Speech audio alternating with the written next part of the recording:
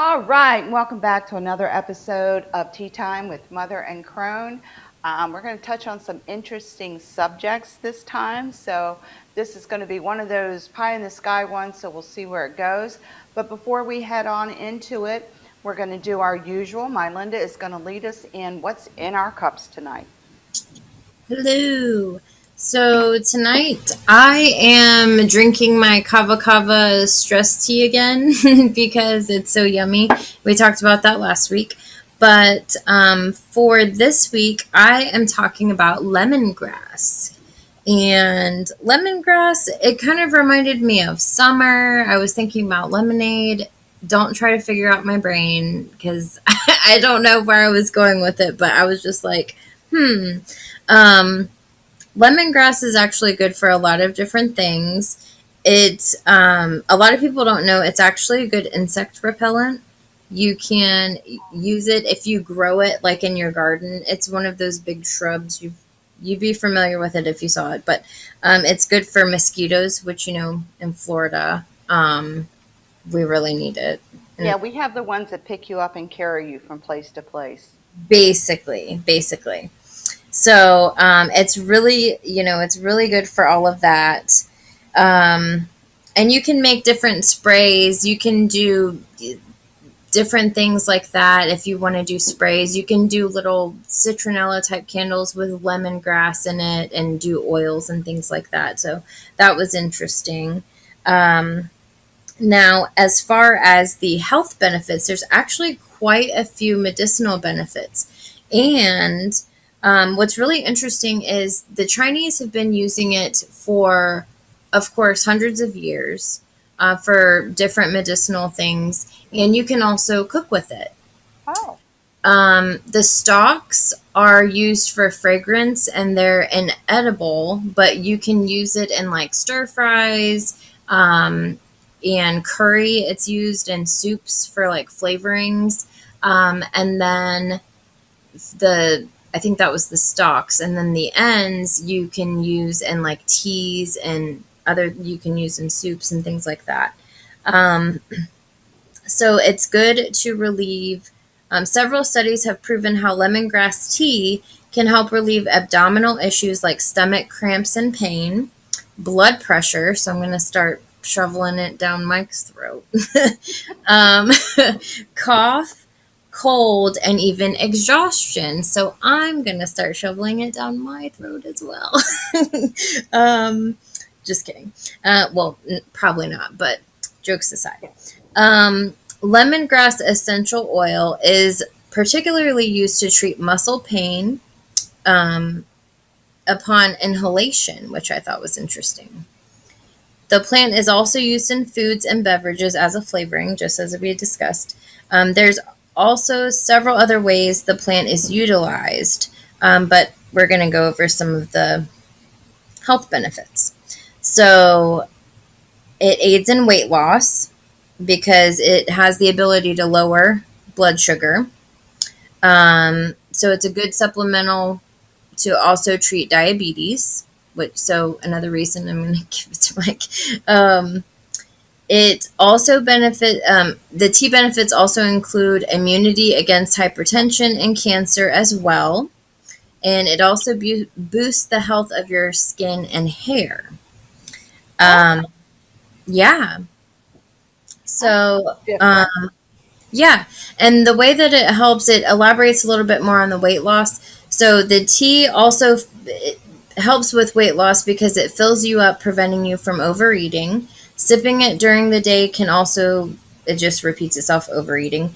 The tea contains polyphenols that are found to increase energy expenditure and fat oxidation, thereby contributing to weight loss. It can also be used for detox, and this kickstarts your metabolism, therefore aiding in weight loss. And since lemongrass tea is a natural diuretic, drinking enough of it can help you drop some water weight. So, That's really, I mean, my boss, he lived in Africa for quite some time, and his mother had planted lemongrass around their property. And mm, we bought a warehouse about a year ago, and he keeps telling me, he's going to put raised gardens in. And so we were talking about the herbs we were going to plant, rosemary and stuff. And he said, "Well, if you plant lemongrass," he said, "I'll make lemongrass tea." We thought he was joking because he was telling us how good it tastes. Not he Yeah. doesn't know any of this. I can't wait to go in tomorrow and say, "Hey, dude, you really need to start doing Yeah. this. Do it right now. Do it I now know. so we can have some." That's interesting. I didn't realize it had all those health benefits. I I know. I I knew it thought was that good was, for cooking, but yeah, I thought that was really interesting. And then it just goes a little bit in more detail. So I'm basically just going to go into a little bit more specifics about like the blood pressure and the diabetes because it goes into a little bit more detail, kind of like it did for the weight loss. But for the diabetes, lemongrass tea, it shows can lower blood sugar levels. Consult your doctor, of course, if you're already on diabetes medication. We all know. Studies shown that it can improve fasting blood glucose levels, which, oh my gosh, I'm so going to ask his doctor about this because his fasting, when he checks in the morning, we are having a hard time getting down. So, and yeah, he's fine. Like his average has been good throughout the day, but that we're trying to get that fasting one down in the morning and we're having such a hard time. So, I'm going to ask about this lemongrass. Um, it also, again, works as a detox, so it can purify your pancreas and improve its functionality. which Which, helps with diabetes. right, because it produces insulin. Um, so, studies have dubbed lemongrass as a traditional remedy for hypertension. Another study conducted in 2012 found that intake of lemongrass tea can cause a moderate drop in blood pressure levels. Um, Results that are much better when compared to green tea intake, which I thought was interesting. Yeah, because green tea is touted as, Yeah, being a cure-all. yeah. And then it says, of course, individuals with heart problems use lemongrass tea with caution for the very same reason. But I thought that was interesting because I was like, wow, over green tea, like, Yeah, because green okay, tea was watch supposed to out, be. lemongrass. Now, It's did like, they tell you what kind of tea to mix it with, like green, white, or black? no, it didn't. It didn't specify that. It didn't specify. I don't know that that matters because I think you're still getting the benefit or you just steep the lemongrass in boiling water. Yeah, I'm just thinking like if you're going to make green tea Mhm. and you put the lemongrass in the green tea on top of the green tea, that will probably It just give double you the a, benefit. yeah, Yeah. well, not, The yeah, but give you booster. a more beneficial Yeah. I would drink think than so. just in like black tea. Yeah, I would think so absolutely. You Um make that during the summertime, you could suck that down all day long. Because heck yeah. I know in the summer I go through tea. Lemongrass iced tea. That's what I'm thinking. Yeah. And mix it It, with honey. yes. And it says it helps fight cancer. Lab studies have shown that lemongrass extract can inhibit the early phases of cancer, especially that of the liver. One compound in lemongrass called citrol um, was found to induce cell death in the case of breast cancer. Studies have also shown how lemongrass extracts can be a non toxic alternative to cancer treatments. Some sources say that lemongrass also helps treat prostate cancer, although concrete research is lacking. It improves digestive health. It works well as an alternative remedy for stomach cramping, upset stomach, and other digestive issues. Studies have shown that lemongrass can be effective in treating gastric ulcers. Um, Lemongrass essential oil can also help protect the stomach lining from aspirin. Oh, wow. So you take aspirin, a Yeah, little aspirin every day if you have. I my brain is going like exploding because now Mike has to take an aspirin every single day, and like the highest dose there is of aspirin every Oh, single. that'll tear his stomach up quick. I know. You Oh know, my god, I'm just thinking if you made I'm so excited about a lemongrass now. gallon of lemongrass tea Yeah, and just everybody drank that instead of like regular tea in your I iced know, tea in your house, just, and it's it's amazing how moms can change a diet. I know. Well, and for those of you that don't know, regular use of aspirin can deteriorate the stomach lining, and cause gastric ulcers. Yes. And I can't take NSAIDs myself because I've had a stomach surgery. So I cannot take NSAIDs. Well, any prolonged period of time that you're taking those NSAIDs or Mhm. Celebrex or aspirin or any of that stuff, it will just it tears your stomach up and also tears your esophagus up. Esophagus, yeah. And that's where you go into throat cancer. Yeah. It also enhances kidney function, so it works as a good detox. Again, it brings up detox a lot, which we could all use every now and again. It can help cleanse the kidneys as well. This might invariably improve their functioning. It promotes deep sleep. Oh, girl, I think I'm going to go out and get me some lemongrass. I know, right? We just need to I'm excited. I'm It really now I got to jump at my boss because I um, know. Tell him I want like a haystack of lemongrass when he's done. I'm like, we need to I go want to together. I want a hay bale of lemongrass. A bale of lemongrass. It says it has a calming effect which can aid deep sleep. It can also help relieve insomnia and irritability. Well, shit, I need that. I Well, am girl, irritable I'm as chronic a insomnia. mofo. I mean, I take all this medication to go to sleep. I really do because Yeah, I don't me sleep. too. Me too. So if And I this could it says this is especially true with lemongrass oil. oil, So you could probably put lemongrass oil in a bath before a night. You could probably do it put it in your face soap before you go in to your sleep. yep, or you can do it in a mist and spray your pillows. You can do it if you dilute it. I know for like peppermint oil, I'll dilute it a little bit with like coconut oil or something and put it on my temples when I have a headache. So Oh yeah, maybe you can do the same for the lemongrass and promote the sleep that way, like inhale it maybe, yeah. like I'm thinking aromatherapy wise. his butt needs to get out there and get those raised gardens so we can get that lemongrass in. I know, right? It also treats yeast infections. I mean, this is like Really? yeah. How do you treat the yeast infections? So it says lemongrass oil, again, oil, contains the citral and limonene. Limonene is also found in cannabis. It's one of the terpenes that is found in cannabis. It's terpenes, as we said in a previous episode, is found in all plants. It's part of the plant. But limonene, you might have heard us talk. It's a lemon. Two important compounds that prevent the growth of bacteria and fungi.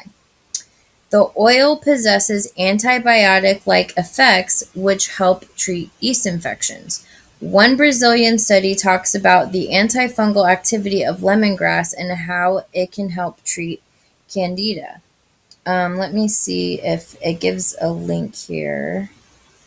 I'm interested in that because yeast infections, as you get older, Mm-hmm. and in the Common. heat, because we live in Florida, Mm-hmm. yeast infections are very easy to get with us heavier women.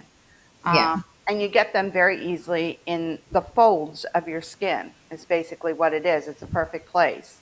Right. And I know Gold Bond powder works miracles, but Right. um, I hate going into work smelling like Gold Bond powder. It's like it's that old age smell. I just can't do it.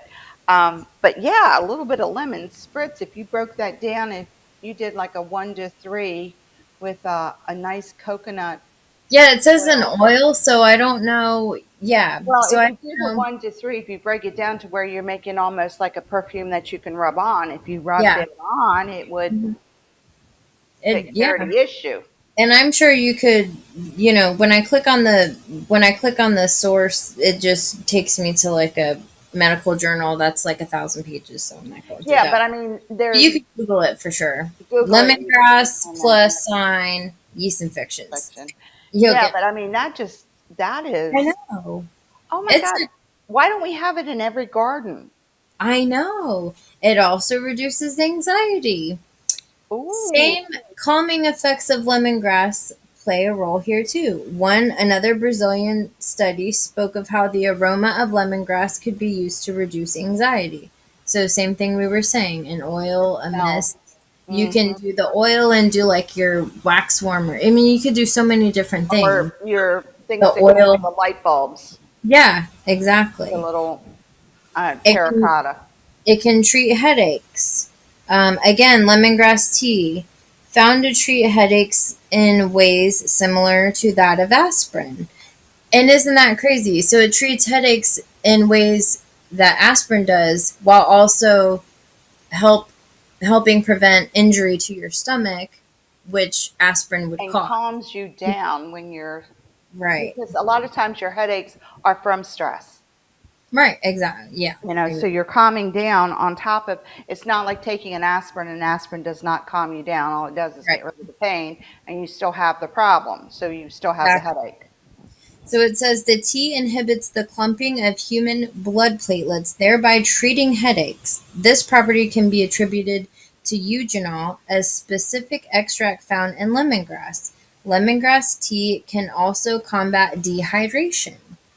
And this Oh, can, gosh, we need that in Florida, don't we? I know, and of course, dehydration can help combat headaches too because dehydration causes headaches. So, Oh, yeah. therefore, since it helps with dehydration, it will also in turn help with the headaches. Um, Making lemongrass tea a part of your overall fluid intake is a good idea, is what it suggests. And I'm just going to quickly go over some more of these because I also want to talk about the magical before we get on our main topic here. But it also heals a sore throat because of its antibacterial and anti inflammatory properties. It can decongest your respiratory system.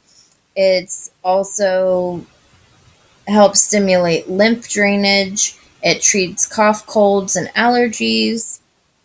And it might enhance immunity, it says, improve skin health, which we touched on a little bit.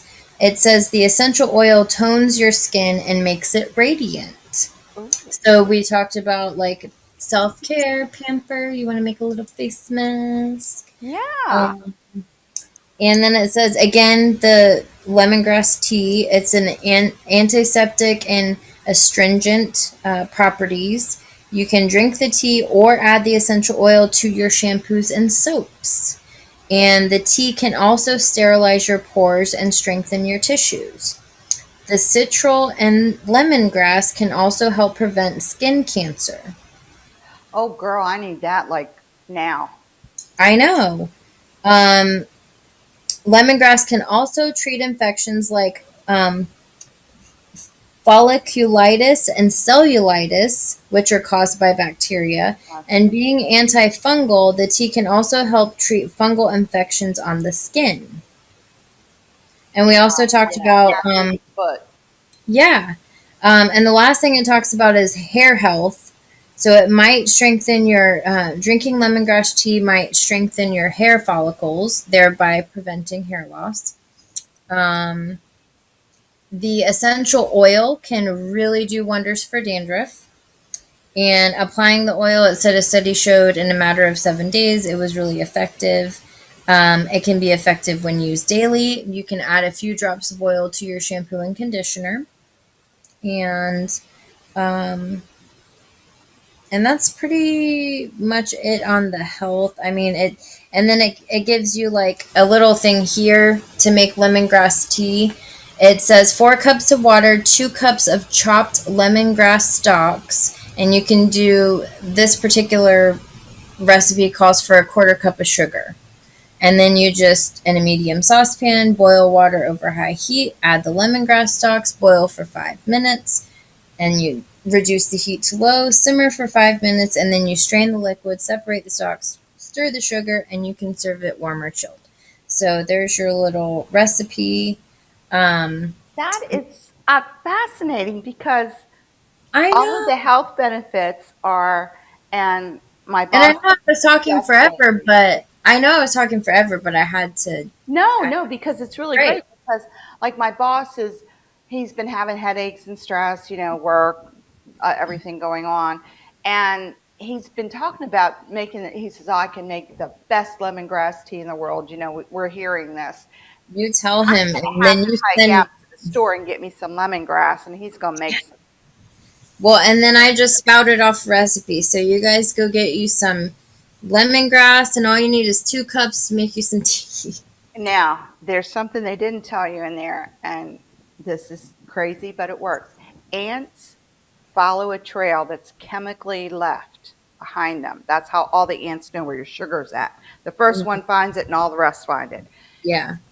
I had cats for a long time, and you know, with cats, you can't spray anything because they Right. either lick it or they get it on them and they lick it. So, but Right. I used to use essential oils. I used bergamot and I used lemongrass Hmm. around. I had a windowsill where they used to come in, Hmm. and that scatters the scent for them. It screws up their senses so they can't Right. find that trail. But, and we moved into this place in March, in February, I moved in, and April, Hmm. I noticed some of these little teeny tiny, I don't know what you call them up here, down here, but They're called ghost ants. we call them piss ants. Yeah, they're So called ghost ants. they're so tiny you can barely see them, you They're know. yeah. And I don't know, I must have spilled something, and there was like a gazillion of them. So Hmm. I wiped everything down. The next day they were back again. So I went, I see, kind of sort of see where they're coming from. So I just took the lemongrass oil on my finger. Don't do that at home, please. Yeah, no, don't do I mess with essential oils. I know what I can put on me. There's some I can't touch at all, and some I know I can. So I put a little line, and we that. haven't seen them since. Hmm. Hmm. And it made the kitchen smell really good because it smelled like lemons. Yeah. Now, speaking of, you do want to be careful because when I was researching, lemongrass is one of the things that came up as toxic to cats and dogs. Right. But if you use just a little bit, Yeah, if you put it like out of reach, just being aware. If you do plant it or put it in a garden, just be aware of that. because It you'll want is, to chew on it. yeah. So just putting that out there. I was so afraid I was going to forget to say that. I want to say that Yes, because please do. pagans love their animals. Take care of our So fur babies. But I yes. do know with the essential oil, when I put it on the windowsill, the cats, it was such a strong, to them, such a Right, strong odor that they would not go near it. But it wasn't anything that would really hurt them if they got a little bit on their paw and licked it off. right, right. Yeah, Whereas if you spray the ant killer, yeah, yeah. and the cats lick that, then you can end up with a very sick cat. Right, right. Ooh, excuse me, goodness. Now, Ooh, do we had a have day. any magical properties? It's got so many medicinal. Do we have Yes, any magical? we do. I'm sorry, I had to get a yawn out. Yes. So one of the things. So let me go to the magical. And I'm sorry. I know I told you I was doing my iPad, trying to be, more techie these days. Oh, So lemongrass is a masculine plant. really? Yes, it is the element of air I can see that. Right there. and ruled by Mercury. Really? That Yeah, I would and have never guessed. and is and then in parentheses for the element, it has fire. That probably has something to do with astrology. I only know that my zodiac is Aquarius. My birth month. I have to take Lord Don's astrology classes, and I haven't cracked up in my second degree. I haven't got there yet in my second degree, so I have no idea the houses. When people start talking about houses and moon signs and sun signs, I'm just like, yeah, Yeah, hmm cool. sure, Great. okay. hmm Yeah, I'm like February 1st, Aquarius. That's all I I'll know. tell you, you do what I did. You meet up with an astrologer and you hang on to him. I've Right. known Alan for like 20 years or so. I know. I'm like, I gotta I get with ask him. Alan. And then I'm like, oh, I need my birth certificate because I don't remember my time of birth. And apparently that's pretty important. That's extremely important. But my Hmm. friend Alan in Baltimore does wonderful, wonderful, wonderful work. But he really, really works on them. I mean, like you get a book when he's Yeah. done, and I'm going like, I know. I want it done, and it's only like $20 to get. I think I lost. It's somewhere. It's in a box. I just have to. Um, he charges a little bit more, but you really get No, I'm saying for my birth uh, certificate your birth because certificate. Yeah, yeah, it's but it's necessary. in a box. I don't want to buy it because as soon as I get a copy, I'll find it. You'll find it. I always do. Because I still haven't unpacked every single thing since we moved. But so yeah, and then for the planet it says Mercury, but then in parentheses it says Sun. So again, I'm sure that has something to do The with fire sign. It's astrology. got a sun in So, its rising house. yeah, so whatever. You good. I'm glad you understand. And I'm sure I some don't. people I just hung around Alan so long I picked up okay. stuff.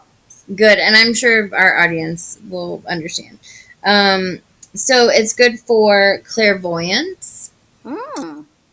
contacting other planes, divination, fidelity, honesty, psychic development.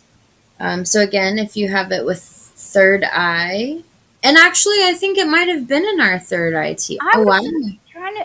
I'm It, gonna it go was back a lemon taste or smell or when we like were married. lemon I didn't take bombers. it. I'm gonna go. I'm I'll gonna have to go. look at my third eye's over there. I'll have to.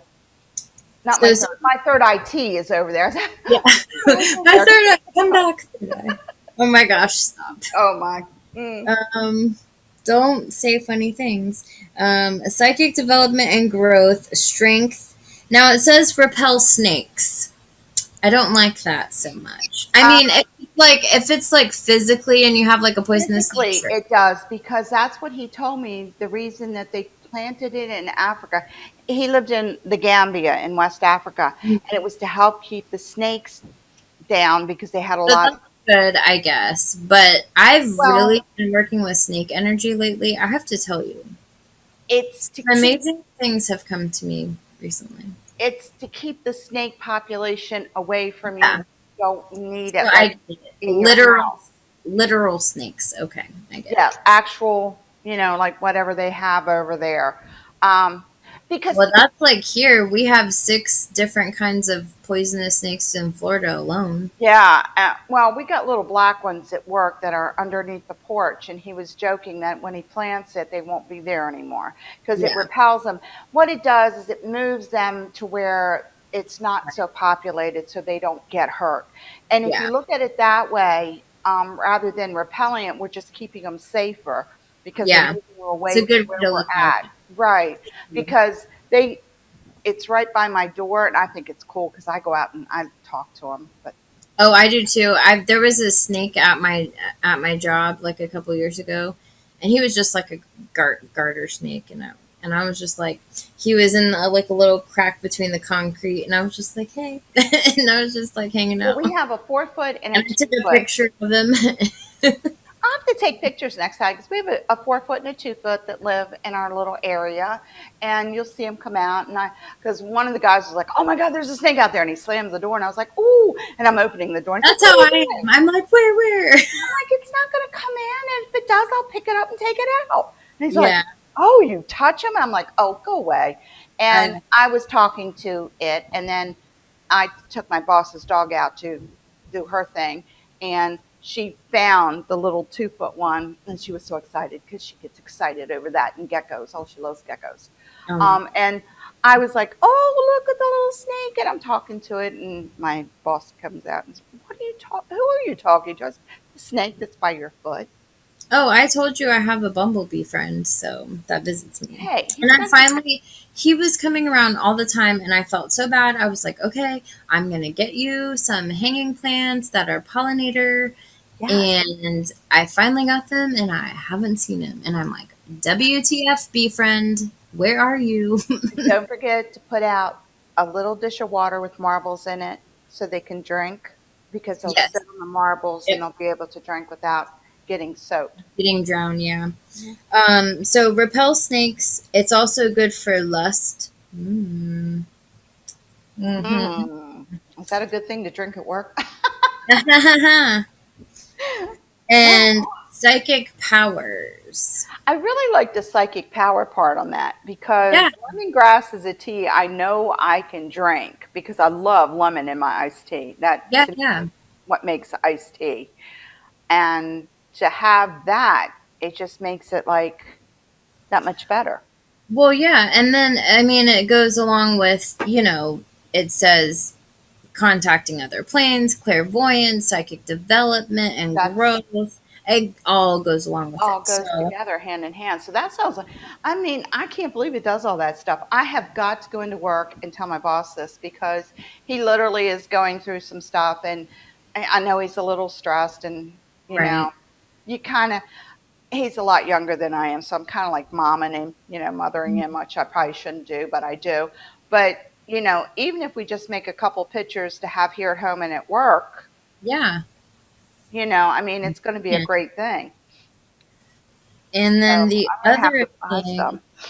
yeah, a crafting thing that you can do, a magical craft you can do. It says you can use lemongrass as a magical floor sweep to rid your home of negative vibes. Ooh, can you imagine your floor after you do that? Oh, yeah. I have If that. you do like a little bit of smudgy smudgy and a little bit of sweepy sweepy, Well, ooh, that's what I'm thinking. I have like concrete floors that have those specks in it. What's it called? Trapezoing?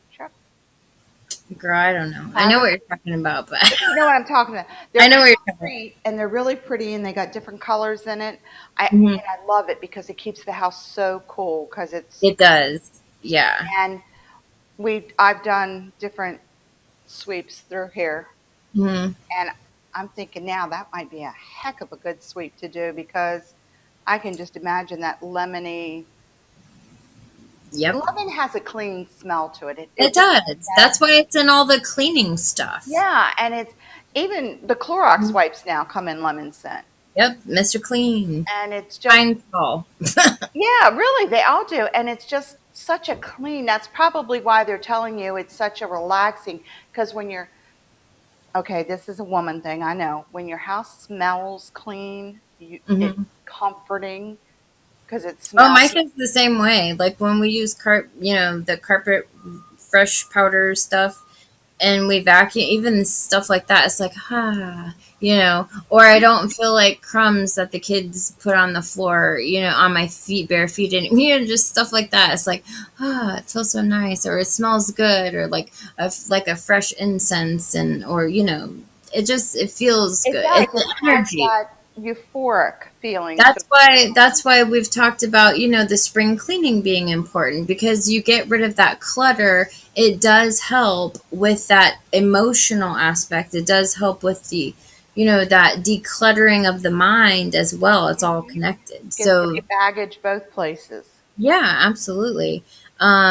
Now it says you can also burn or carry a satchel of lemongrass when you are looking to remove or get through obstacles in your life.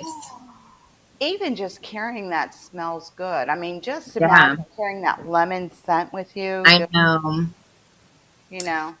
And it says lemongrass is said to bring luck and ward off evil for those who are around it. With Oh, well, high it's definitely getting planted in my yard. I know.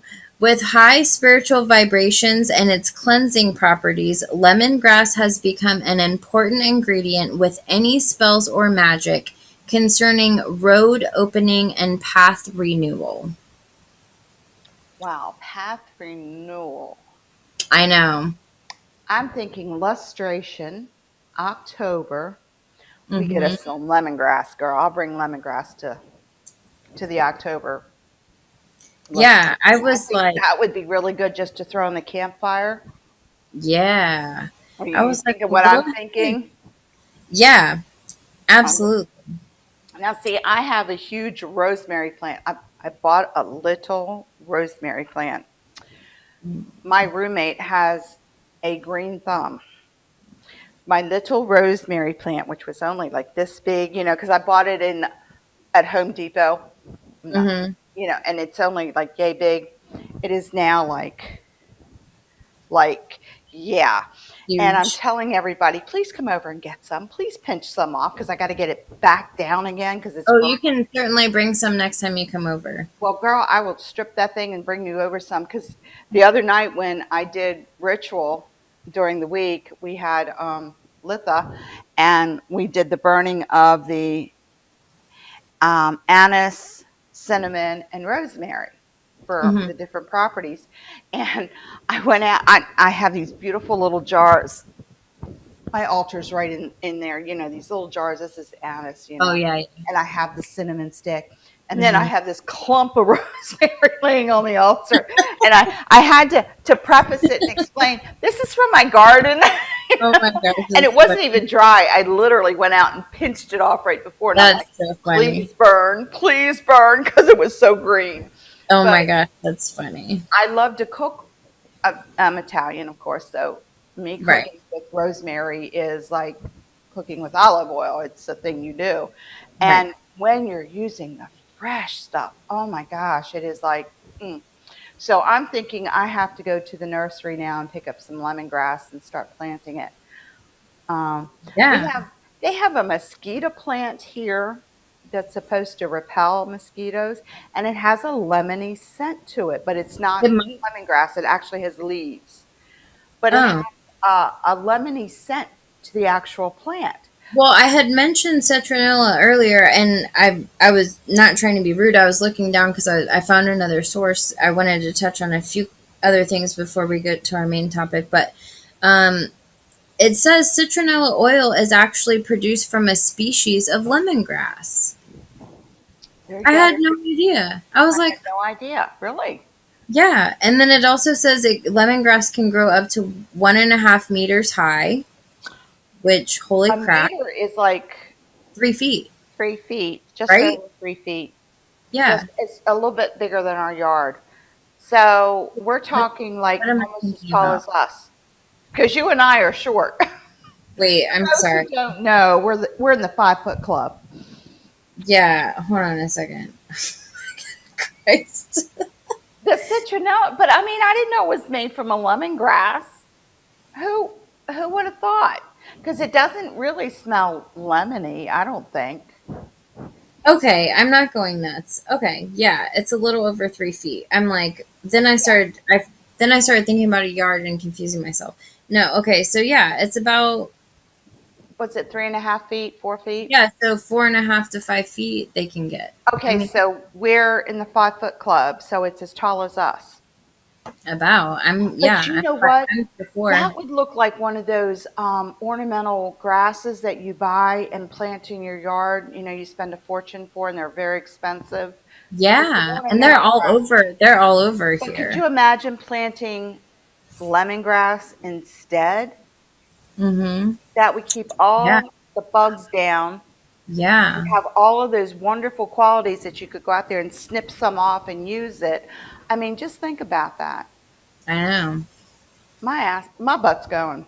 That's it. This weekend, we're going Yeah. to wherever I have to find a nursery that has it. I'll start calling tomorrow.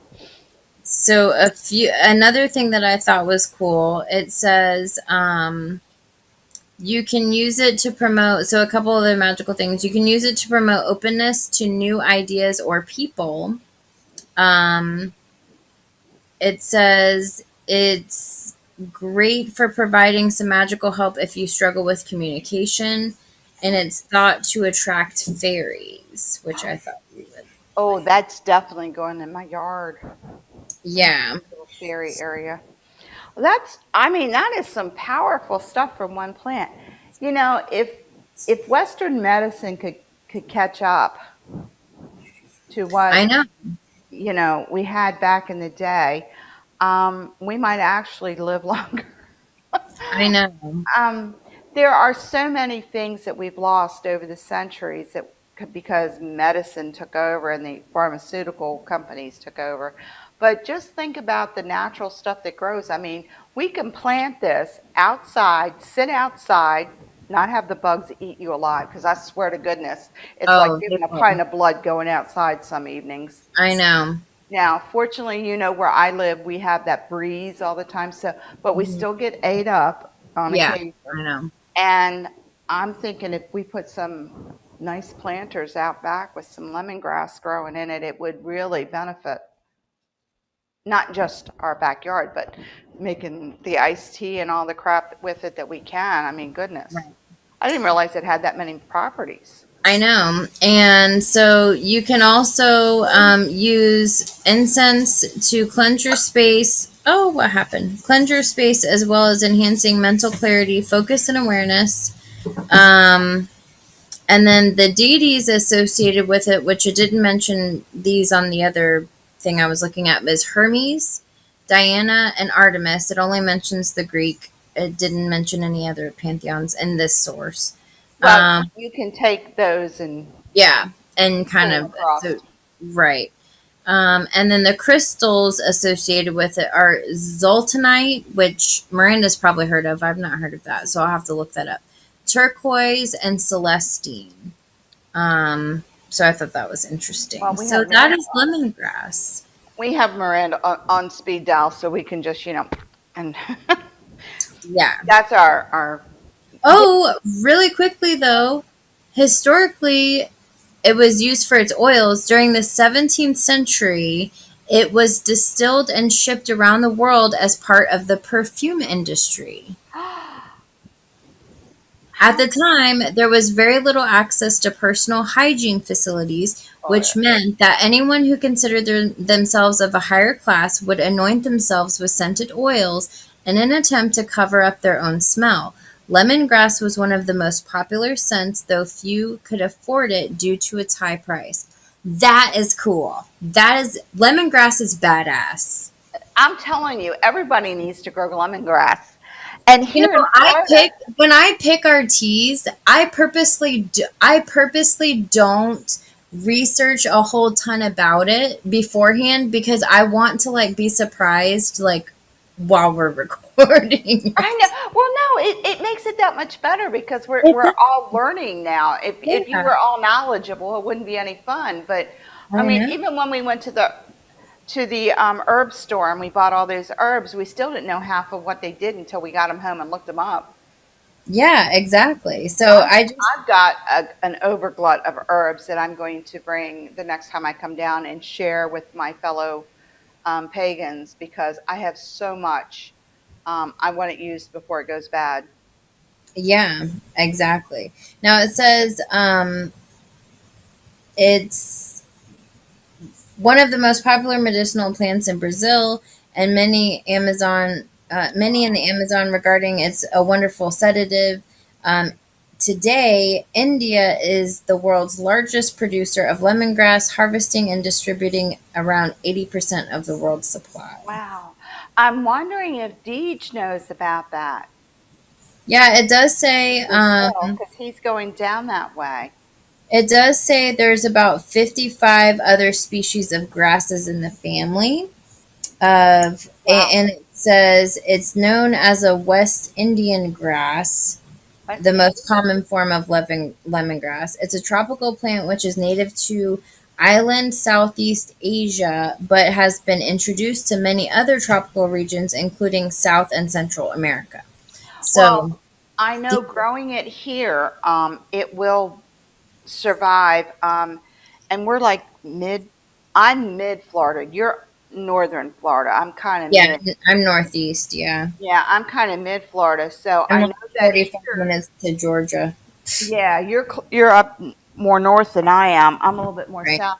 But I know that here it grows well because when my boss was talking about when we were looking at what we were going to plant because he had these visions, we're going to do raised gardens out back so that we would have a little herbs and also like we were going to grow some mosquito plants and that kind of stuff because in a warehouse you do have the bay doors opening and closing consistently, so it's like every time you open it a million bugs come in, of course, Right. and there's nothing you can do. I mean, we have mosquitoes and flies, so at times it's very irritating. This Yeah, is lemongrass. You've probably seen it around everywhere. and not even known what it was. That Right. I mean, that growing in your yard looks nice. I know. It I does. mean, those what they call, the different ornamental grasses are very expensive. Oh my goodness. Oh yeah, they are. Oh, you're like going, really? For grass? And it's not that kind of grass, guys. That Right. we wouldn't mind paying for, but this is grass, grass. Yeah, But I mean, you can start it off in a oh little. my gosh, can you imagine? Grow that in your kitchen along with your aloe. Yep, just like anything else. But Oh, I am I could so go on. jealous. I can go on and on. But we need to get to our topic. But we need to get some lemongrass first because I mean, just the idea of all that wonderful good stuff. I mean, I'm thinking iced tea with lemongrass in it because I make iced tea in the summer and I throw lemons in it. So why don't I just throw lemongrass in it? Yeah. Have the same taste, but all of those wonderful, wonderful qualities and actually do something healthy for my body other than, the Twinkies that I eat. And Mm-hmm. if they're deep fried, they're even better. Um, you can tell where my heart is. I still have yet to try a deep fried Twinkie, but I'm sure it would be Oh, like music. like mm, I just feel like rainbows would come out of the sky and unicorn. I would probably be the unicorn best. farts. I mean, Yeah. Why did you say that, damn it? Now that's going to be all I think about for the rest of the show. Like, where can I get a yes, deep fried I'm a fat Twinkie right girl. now? Good food. I know. I'm going to be like, where can I get a deep fried Twinkie right now?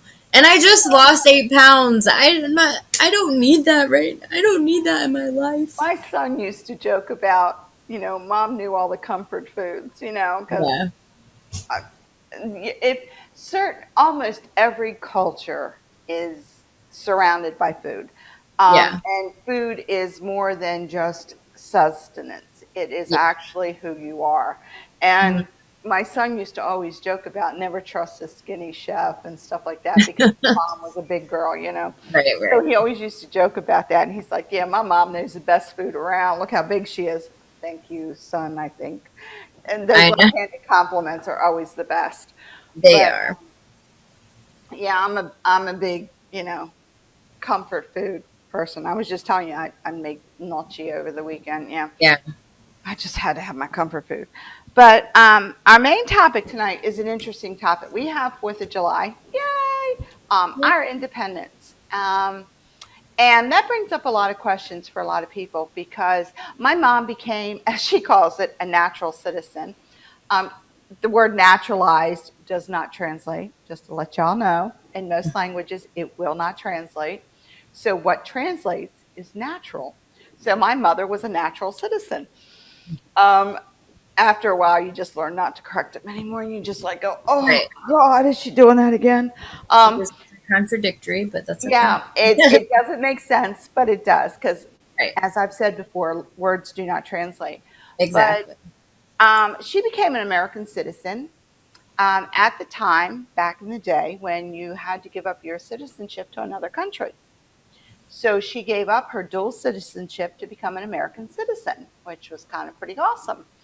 And that involved a lot of different things. You had to be here so long, you had to take a test, and she probably knows more about the Constitution than most Americans did. Yep. But we were founded on religious freedom. And a lot of people don't understand that when the Puritans, Pilgrims, whatever you want to call them, came over, they left England because at the time they felt England was a little too risque in their moral laws. Mhm. So they left to start a country where they would be very, very strict. Now, out of that came the Pilgrims who came to America and started. From that, there were a couple different religious groups that have come and gone since then. One of them was the Shakers, and you'll see Shaker furniture, and it's usually around Pennsylvania, Maryland. It's along the eastern seaboard, and it's called Shaker furniture. And you might see it advertised in different magazines and such. The Shakers were actually a religious group, and their claim to fame, there was two things that they were famous for. One, they did not believe in sex. They would come together at their Sunday meetings and they would literally shake to release any sexual tension and energy that they had. They were also the first people who took in orphans. And up Oh, until 1940s, all the orphanages were run by the Shakers. And in the 1940s was when the American government came in and started taking over the orphanages. So when that happened, they kind of died out since they didn't have sex and didn't procreate. Their thing Right. was to take the children that were already here and Right. care for them. So I mean that's a really big thing when you think That about. yeah, that's good. I feel bad about my thumbs down. But I mean, they just didn't believe in sex. So Yeah. Shakers, they actually went out and shaked. So when you look at why we were founded because people wanted to be free.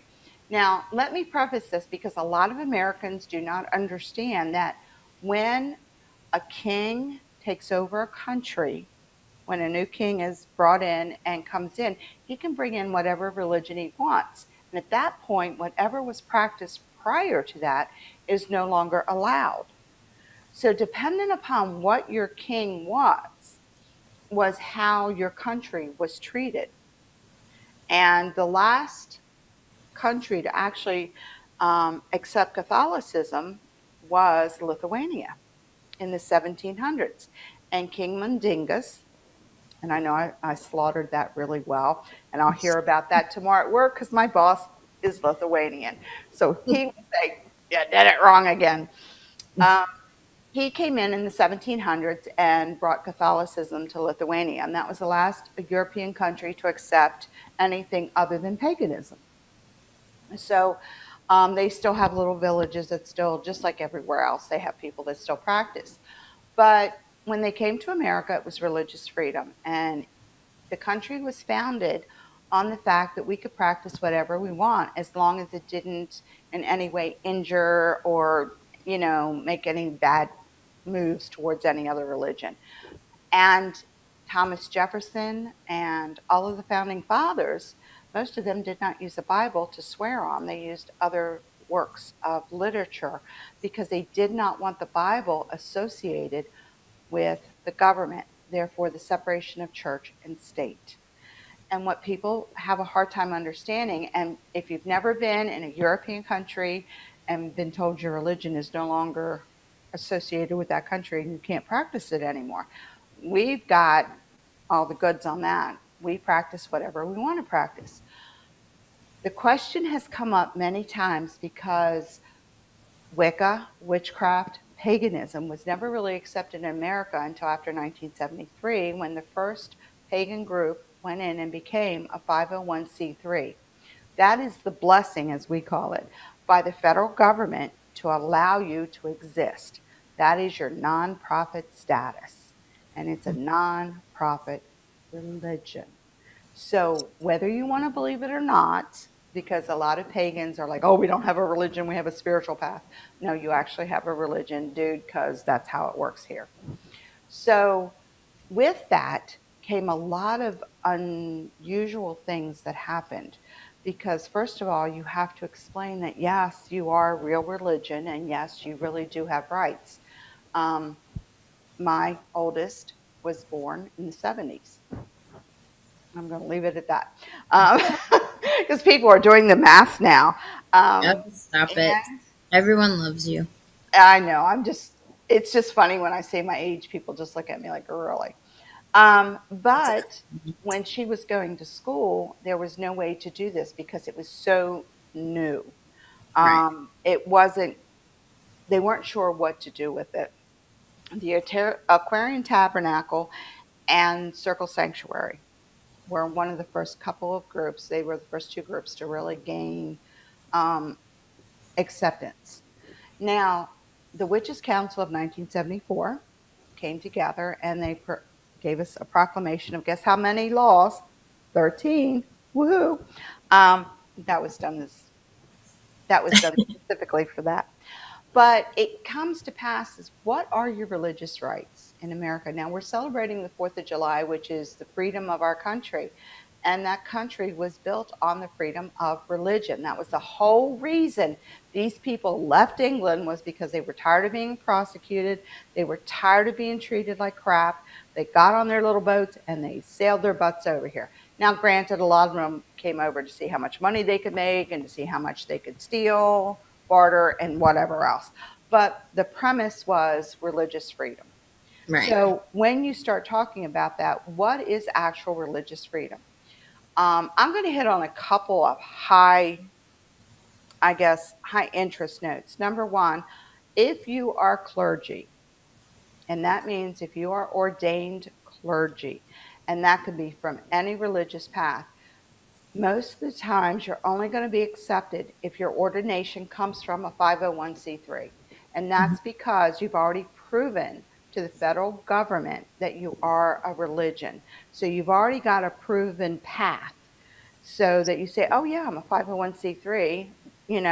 They granted me this, so I'm clergy. The Catholic Church has a 501c3. So that puts you on the same foot level with any minister or priest in any major religion if you are ordained by a 501c3. And the reason that is important is because it's already a proven.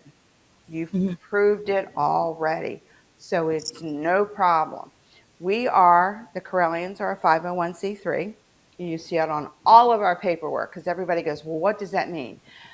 That means that we went through the steps and all the accounting. And let me tell you, that accounting is a freaking nightmare. Mm. Go through all of the accounting and all of the laws, and you prove who you are. Once you prove it, you're granted that. Now, there are rules and regulations every year that you have to follow in order to keep your 501c3. Mhm. So when the Crowley tradition says we need your temple reports, your shrine reports, and all that good stuff, it's not because they need them. They need them for the government, so the government keeps our 501c3. So for all of you guys out there that have temples, proto temples, shrines, and all of that other good stuff that we have, Order. the reason behind those reports is to keep us in the good because we Yeah. want to make sure we keep that. Now, what does that mean to you as an individual?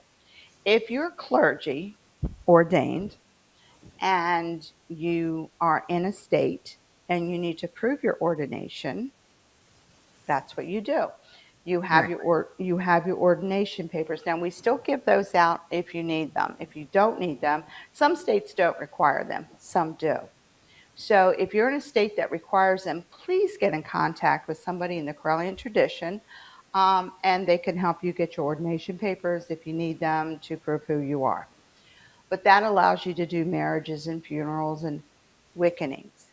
I'm going to head on that for a minute. Do you know what a wickening is? Most Yes. people don't. A wickening is a baptism. Yep. It's the same Exactly. thing. And did you know that if you fill out the forms correctly, and Lord Don has made some awesome, awesome forms.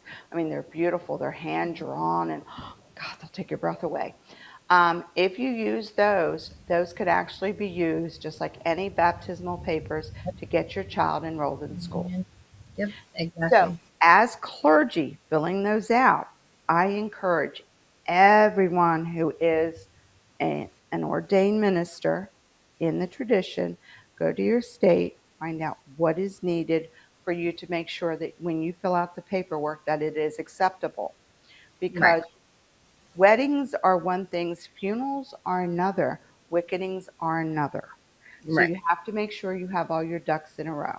Hmm. Now, as a mom, as a parent, what does that mean? That means I can pull my kids out on their religious holidays. Is there a problem? There can be.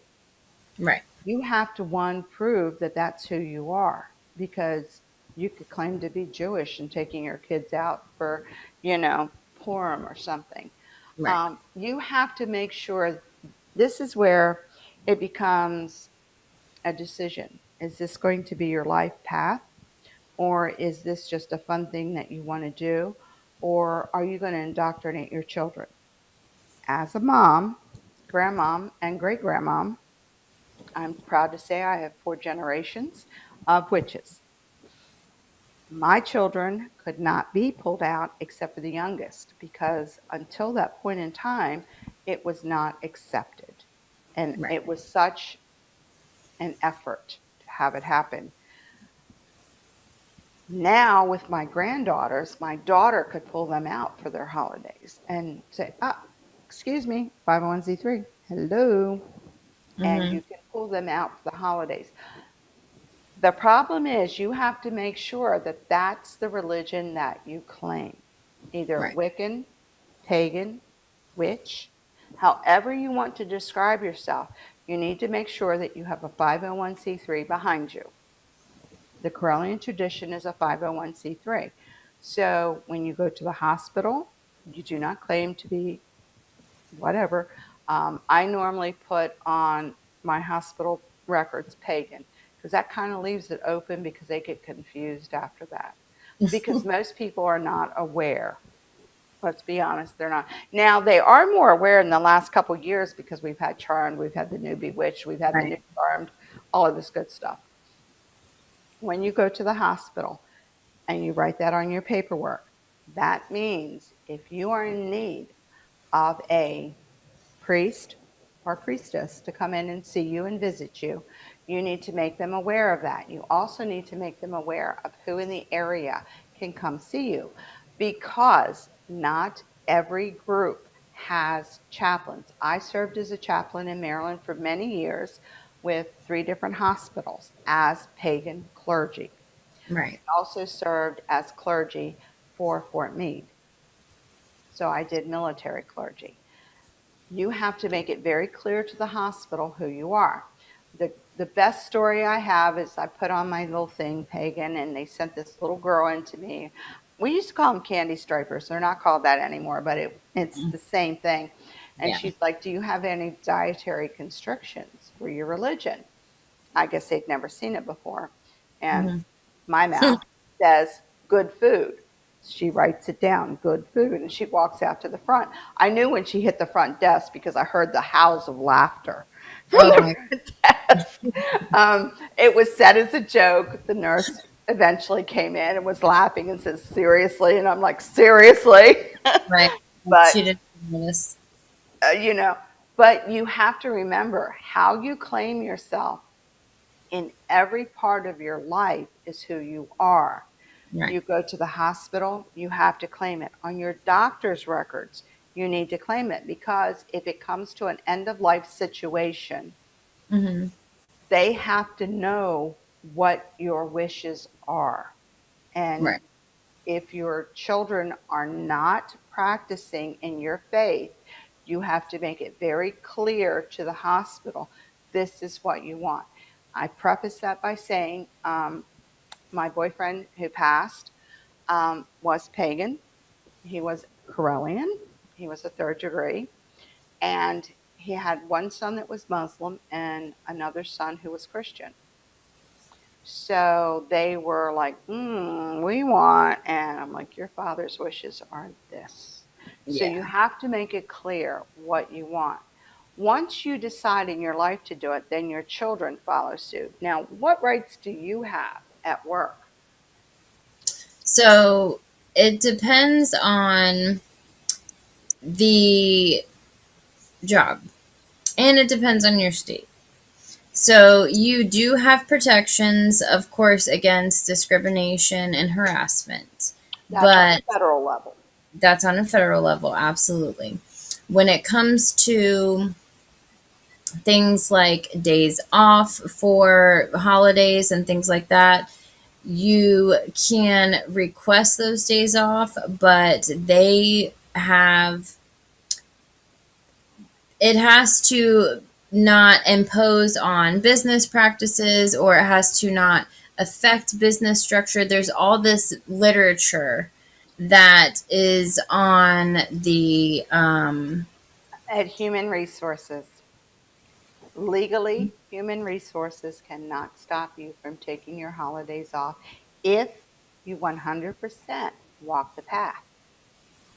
You can't take Christmas off. So if they ask you to come in and work on Christmas because you celebrate Yule, your butt has to go in and work on Christmas. Federal law states you cannot take off more holidays than what your chosen path is. If you are Jewish, you can take off for Hanukkah, you cannot take off for Christmas. Right, but we're talking about two different things. So I'm looking here at the EEOC.gov. So this is the U.S. Equal Employment Opportunity Commission, which is what we're talking about, the federal website. Mhm. And this is where I'm pulling it from. This has to do with religious discrimination and work situations. So it says the law forbids discrimination when it comes to any aspect of employment, including hiring, firing, job pay, pay, job assignments, promotions, layoff, training, fringe benefits, and other term or condition of employment. Now, of course, you have the at will states, which are a whole nother ballgame. Yeah. Um, it is illegal to harass a person because of his or her religion. Harassment can include, for example, offensive remarks about a person's religious beliefs or practices. Although the law doesn't prohibit simple teasing, offhand comments, or isolated incidences that aren't very serious, harassment is illegal when it is so frequent or severe that it creates a hostile or offensive work environment, or when it results in an adverse employment decision, such as the victim being fired or demoted. Now, that means if someone comes in at Halloween and makes the remark that you're the local witch, there's not a whole lot you can do about it. But if they come in daily and bring a broom in every day and show you, oh, is this your way to go home? Right, That's harassment. exactly. Now, you can take your days off. This is an excellent, excellent. In fact, I wish every pagan had this on their I book. gotta get that. It's in my wish list. It I gotta get it. is a phenomenal, phenomenal book. And our group has access to the author. Mm-hmm. I'm just putting it out there. It's called Pagans in the Law. It's by Dana Eilers, and I'm going to hold it up so you can see the author. And it's called Pagans in the Law. And federally, you can take off for your holidays. Now, how does that work?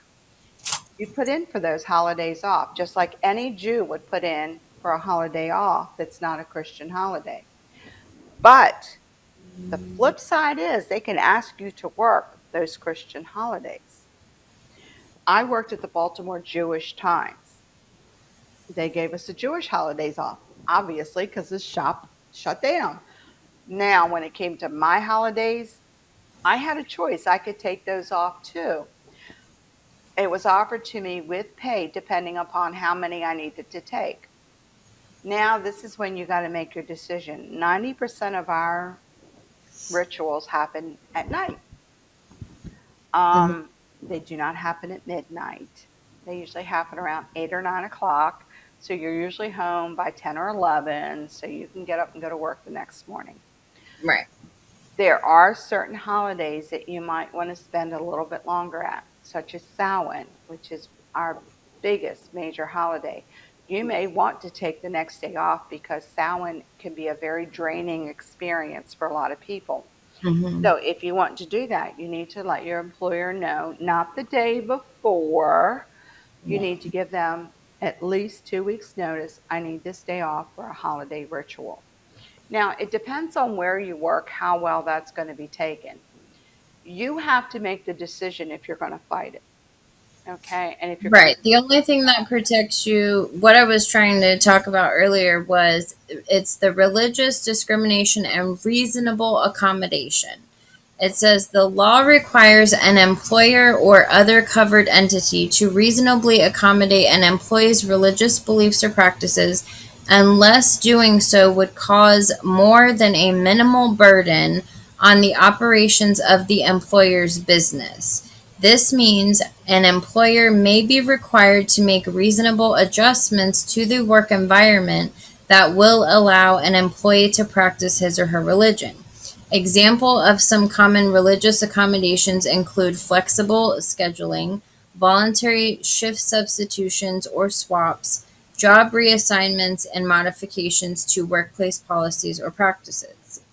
now, And then if it's, you're Muslim, you need to pray 5 times a day. mhm, They have to allow you an area where you can lay down your prayer rug, kneel, and do your prayers right. at those times of the day. Would it in any way impact an employer? It can. because you're Right. away from your desk for whatever period of time it takes you to say your prayers. So there is an impact. Is your employer able to do that? If you're really small operations, like 2 or 3 people, that might not happen. Right. Just like, days off or someone getting sick. If you're in a small shop, now, most of my jobs over the last 45, 50 years have been with small companies. I don't like corporate. I'll tell you that now. I don't like corporate. I don't fit well. Yeah. But See, I've been with corporate and you've since been with corporate this forever. So I've worked a little small mom and pop shops. So if corporate I, is a whole another ball game. right. And if I look at it and think, well, my boss can do without me for a couple of hours, the day after Samhain, November 1st, I'll say, hey, I'm coming. I would tell him ahead of time, I'm coming in half a day. So I'll Yeah. come in about noon because I'm going to be up till 2 or 3 o'clock in the morning doing ritual or Right. getting together after For ritual. the energy. Yeah. Right. Yeah. And that's what I'm Well, saying, and getting it myself together. So I would yeah. take a half a day and come in. Would it impact my employer? Yeah, because we're a small shop. Right. Is it inconceivable? No. If I Right. call in sick for the whole day, you know, can they dock your pay? No. It says, unless it would be an undue hardship on the employer's operation of its business, an employer must reasonably accommodate an employee's religious beliefs or practices.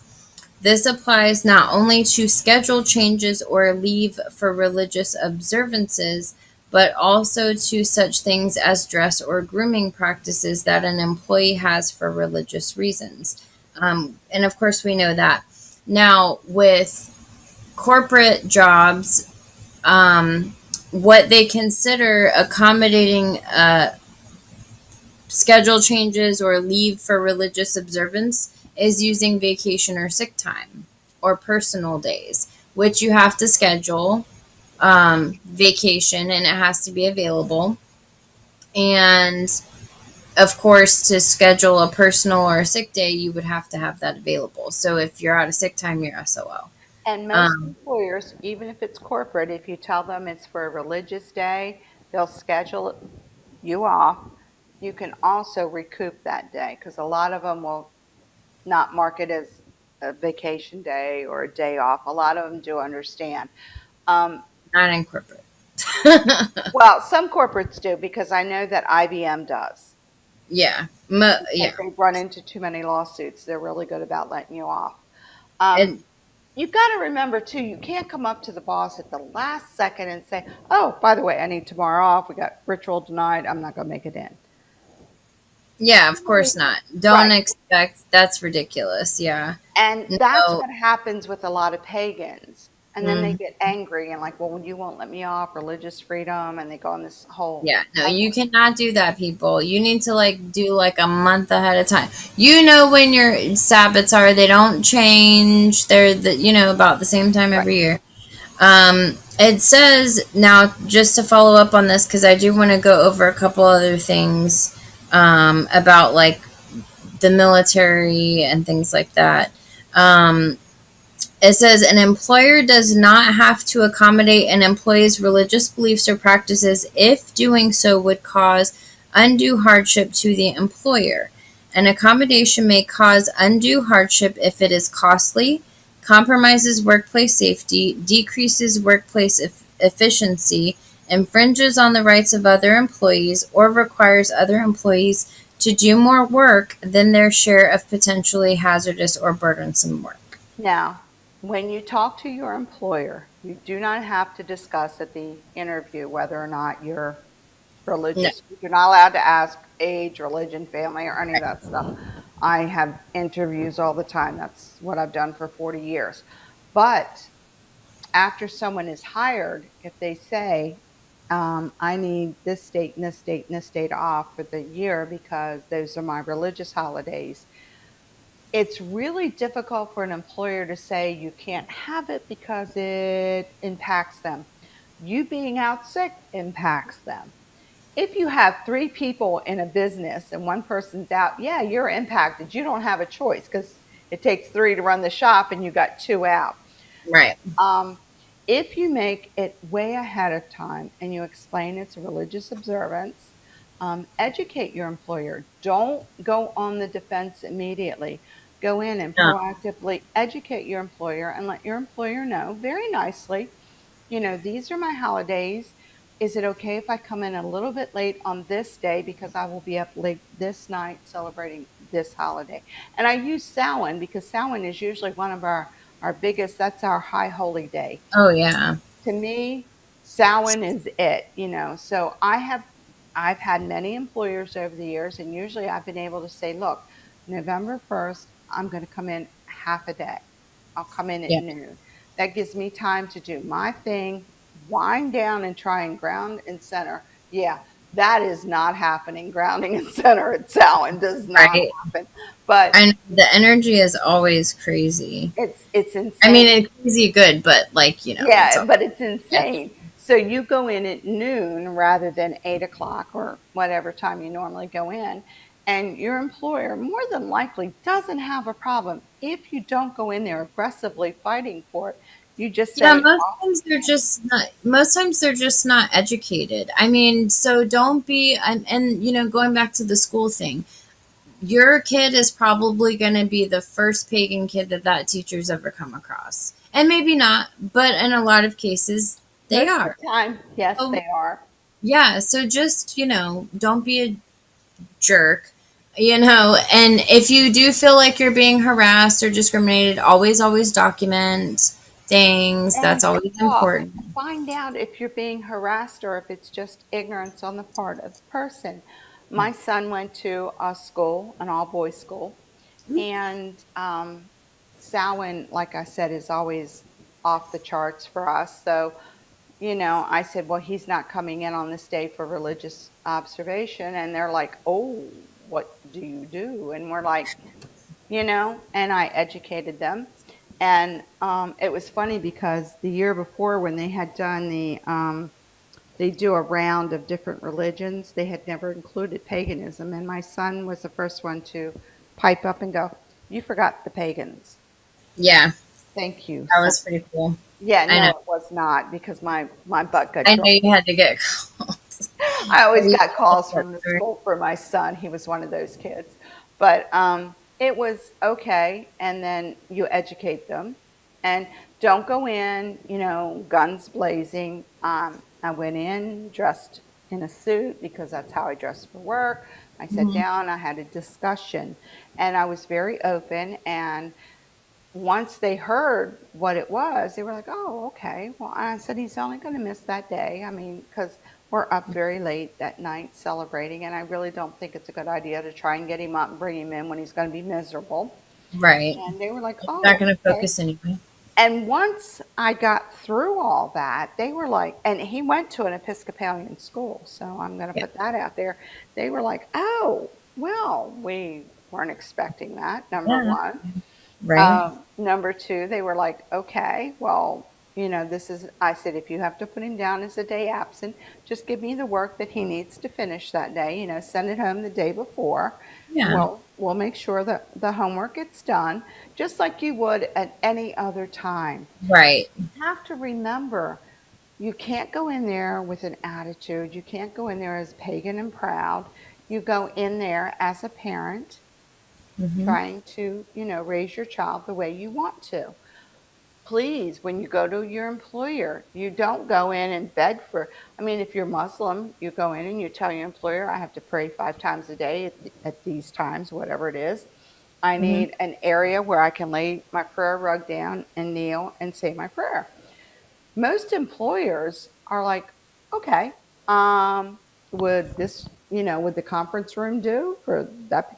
And they're like, yeah, okay, well, if we have to move you from the conference room if we're using it, would this room Right. work?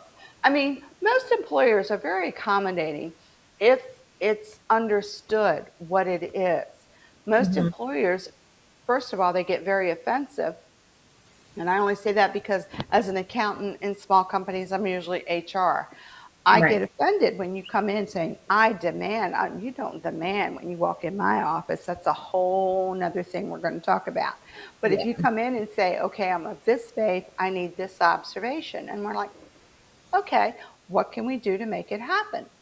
Yeah. Because the last thing I want to do is lose an employee over something this stupid. The Right. other thing is, I don't want the lawsuit that goes with it, but I need to keep this employee workable. And workable means that they'll come back the next day. So Right. you want to give them a consideration. I'm not going to give you the moon and that back again because you're not going to tell me you need the Jewish holidays, the Christian holidays, and the pagan holidays off because I'm going to stop you right there. Because I had Right. one guy try he thought he was pagan, thought he was pagan. That was the whole thing. He didn't realize I was. And he came into the office and said, well, I need to have off. And I think it was Litha or Lamas, one or the other. It was summertime because I remember it was hot. And he's Mhm. like, I have to have that off. And I'm like, and for? He goes, well, that's my holiday. I'm like, explain it to me. Here, me being, 100% pagan, I already knew what it was. And he couldn't explain it. He couldn't tell me what it was. It Yeah. was something he saw on the internet. And Uh, I'm like, well, what path are you affiliated with? And then he's like, what do you mean? I said, well, what's your path? Are you Druid, pagan, Buddhist, And eclectic. right there, I had him because he had no idea. And he looked at me. He says, why are you questioning me? I said, because I need to know what path you are in order to know what holiday you need off. And he's like, Yeah. how do you know about that? I guess he didn't bother to look at my arm. I usually wear a watch, but my arm has a wonderful little tattoo on it, which is a cauldron with the triple goddess on it. And I was Right. like, explain this to me. Now, Right. that being said, if you come in legitimately, and you don't have to give all that information, if you come into your employer and you fill out your PTOs, which is your personal time off sheets, and you put down their religious observance, and you Hmm. put a date or whatever it is on there, I might question what's it called just because I'm curious as hell. I want to know what it is. Um, and okay, do you need the whole day or part of the day or the day before? Now, if you're Jewish and you work retail, you need Friday to Saturday off. So you know that going into the game. Right. If you're Muslim, you know you need your 5 times to pray time off. If you're pagan, you know what holidays you need off. Now, you don't need every full moon, every dark moon, and every Sabbath. Let's be honest, guys. Right. You go into an employer. Within reason, people. Within reason. Within reason. If you walk into an employer and you work Monday through Friday, 9 to 5, they're going to look at you and go, really? You can do that on the weekend? Right. Which is true because 90% of our rituals are rolled into the weekend so that we can all participate. So Right. keep those thoughts in mind. But you do have a legitimate beef if your boss does not let you have off for that. And you have to know the reason why. If he says, if if you work at Halloween spirit stores and you want Halloween off, come on, Right. reality check. Yeah. You ain't Plus, gonna get like it. a seasonal gig anyway. So if you're working there to work during the And season. come on, it's retail, and that's your biggest sale day of the year. Come Right. Because on. a ton of people are buying last minute things. So before we have to wrap up here, I don't want to get hung up on just the work stuff, although it's very important. You can also go to Lady Liberty League, I believe it is. It's headed by Selena Fox with Circle Sanctuary, and they do a lot of things. That there's a lot of good information out there. Um, There are lots of different things, such as if you want a green funeral, you have to find the state that allows it. Pagans are now big into green funerals. The only one Mhm. I know of that allows it is the state of Maryland. You do not have Yeah. to have formaldehyde. You can have a green funeral. You Maine, have I to think you can remember, have Viking funerals now in Maine. yeah, where's it at? Maine, Maine. I think some of the Great Lakes states are looking at that also. yeah.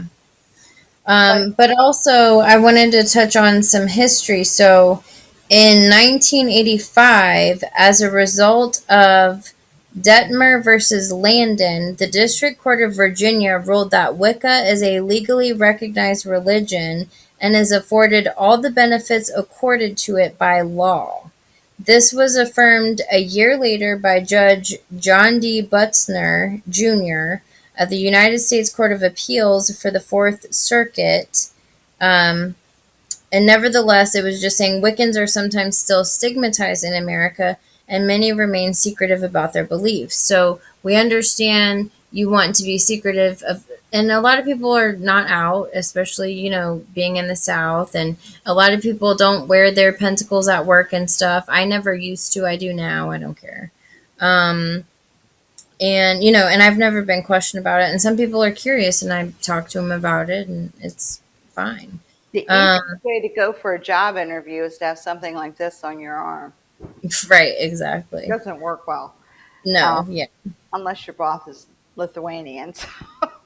And then to piggyback on what you were saying, in 1985, conservative legislators in the United States introduced three pieces of legislation designed to take away the tax exempt status of Wiccans. The first one was House Resolution 3389, introduced September 19th, 1985. Congressman Robert S. Walker, which would have amended to the United States Internal Revenue Code that any organization which promotes witchcraft would not be exempt from taxation. On the other side of Congress, Senator Jesse Helms added Amendment 705, the Treasury, Postal, and General Government Appropriations Bill for 1986, which similarly stated that organizations promoting witchcraft would not be eligible for tax exempt status. After being ignored for a time, it was attached to H.R. 3036 by unanimous voice vote of the senators. And then it just goes on to basically say, I um, think that's shot down. yeah, it says in, let's see, but I wanted to fast forward because there's still so much that goes on. There's But a that's just lot the of history. That was a, if you look up Detmer versus Landon, that was a very big landmark case with Wicca being recognized as by the government on a federal level as a and it was recognized in the 70s on a government level with the first 501c3. And that's right, what a lot of people don't understand, that we are recognized and that we are federally and you protected. have rights. So it says in, so the story is, and going back to you, I think you said you did prison chaplaincy Yes, I too, did. right? Yeah. Yes, they have to So allow us in. yeah, so 1985, Virginia prisoner Herbert Daniel Detmer, and this is the landmark case I was talking about, sued Robert Landon, the director of the Virginia Department of Corrections, in federal court to get access to objects he claimed were necessary for his Wiccan religious practice. The District Court for the Eastern District of Virginia decided in Detmer's favor, although on appeal, um, they ruled that while Wicca was a religion, he was not being discriminated against. This case marked the first legal recognition of Wicca as a religion. And some of the things he asked for are illegal in the prisons. He wanted an athame. Yeah, Excuse me, you want a knife in a prison? right, Hello. Um, right, and a wand, which also could be turned into a weapon. I mean, you right. have to understand what is. Now, I did prison ministry for quite a number of years with Rysam Ministries. Hmm. And we were allowed in federal and state penitentiaries to give comfort to the inmates in our religious capacity. I did a number of those in the state of Maryland. Now, I can go in and I can provide the service. Now, you've got to understand there are certain things that they are not allowed to have. Right, One of of them is a knife. I don't care what you call it, athame, bowline, or whatever. It's a knife. course. It's a weapon. He was wanting an athame. He was wanting a wand. He was wanting all kinds of stuff. Now you have to understand that in many times in many of the prisons, even the Jewish prisoners have an issue because some of the things they want cannot be provided to them because of what is limited in the prisons. Right. Okay, so it's a whole nother ball of wax when you ask for what you need and you ask for what you get. In Exactly. the military, I did Fort Meade. There are pagan chaplains. We got in Arlington, yoo-hoo, we went and fought that battle. We can have the pentacle on the grave sites at Arlington. That was a major, major fight that went through the court system because they told us we were not a recognized religion. Excuse me, we were recognized in the 70s. Yeah. We fought it, we won. Hmm. So, in your certain cemetery, now, this is where the problem comes in. If you have a Christian cemetery, first of all, why would you want to be buried there? But I understand if your family's there and all that. I get it. Right. You want a pentacle. You have to make sure that you're allowed to do that because they have certain rules and regulations. You cannot go beyond their rules. If they say you can't have anything standing, like my dad is buried, they can only have the plaques that set into the ground. They Hmm. can't have anything above the ground because Yeah. when the mowers come across, they just take everything. Okay, so I couldn't put a big heart on his Yeah. cemetery plot because they don't allow it. So they wouldn't care if it was Christian, Jewish, or whatever. You can't Right. have it. Don't go in asking for something you know you can't have. If they have the gravestones or headstones or whatever you want to call them, then yes, you can have one. Now, what are their requirements? Do they have to be this size by this size? And they give you requirements for a reason. It's usually because of the upkeep, what it costs to upkeep it. Like the raised headstones they told us where my father was buried were not conducive because nobody there had them, and then that way they could just run the lawnmowers over top of things and keep things down. If I wanted him to have a headstone, I had to bury him in this other place. Now my father was Christian, so okay, there was no problem. Now if you're going to sit there and argue that being pagan, you're in the wrong Right. Exactly. because you have to Um, follow the rules everybody else follows. But yeah. if you're denied what everybody else is, then you have a gripe. Right. Um, And it wasn't that, I mean, and we're still fighting. If you look at, I wanted to touch on some of the military aspects being, military brats. Um, it wasn't that long ago that we were just able to get the pinnacle on the veteran headstones. yes, that's And um, so to lead into that really quickly before we wrap up here, U.S. Army Chaplain Captain Don Larson was dismissed from his post in Iraq in 2006 after changing his religious affiliation from Pentecostal Christianity to Wicca and applying to become the first Wiccan military chaplain. His potential new endorser, the Sacred Well Congregation, based in Texas, was not yet an officially recognized endorsement organization for the military. And upon hearing of his conversion, his prior endorser, the Chaplaincy of Full Gospel Churches, immediately revoked its endorsement. At this point, the U.S. Army was required to dismiss him from chaplaincy despite an exemplary service record. now that's the same thing as going from Pentecostal to Catholicism. He would have had the Mhm. same thing happen. Why? Because he violated the rules. The rules said you come in as Pentecostal, you stay Pentecostal. He changed in midstream. Even if he had went to Catholicism, which we know is accepted in the military, my God, he would have still run into the same problem. Yep, Now, and he was going that's with a group that wasn't a 501c3. and he said it said prior to 2007, the United States